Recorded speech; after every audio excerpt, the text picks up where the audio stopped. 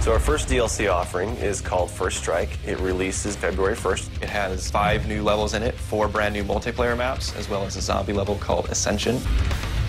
Kowloon is inspired by the single-player campaign level that was also set in Kowloon City, China, but the actual design and the layout and the geometry in the map is built from the ground up for MP. Kowloon is the only map that has zip lines, which will allow players to quickly get from point A to point B. The trade-off to that is that you're completely exposed while you're on the zip line. You can't use your weapon. It's going to get you to your location much faster, but there's also the risk that you're going to get shot.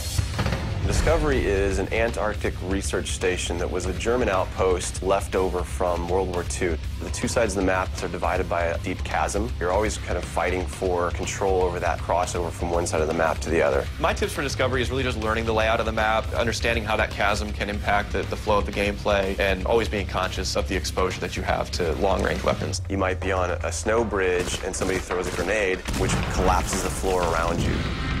Our large map is Berlin Wall. This focuses on the Checkpoint Charlie area of Berlin. It puts you fighting on the two different sides of the wall. So you've got East Berlin versus West Berlin kind of thing going. Berlin Wall has certain attributes about it that if you use it right, you're going to have the competitive edge over your opponents. It has a lot of very long view distances. It's a really great map for snipers. There's some good high points, some good elevation there. And one of the unique aspects about Berlin Wall is that there's a no man's land in the middle. You can take the risk of going through no man's land to get a faster route, but there's a good chance you're going to get mowed down by the auto turrets.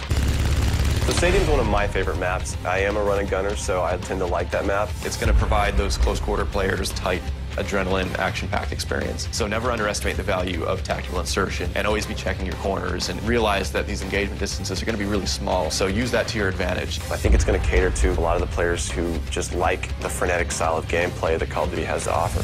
One of the big agendas with this map pack is we wanted to listen to the feedback that people have been giving about all the maps they've been playing with the release of the game. They want more verticality, more sniper opportunities. They really love the interactivity that we did. These are components that we wanted to bring back in a pretty big way in the first DLC offering. First Strike is going to be available February 1st for 1,200 Microsoft points, and it'll be available on Xbox 360 first.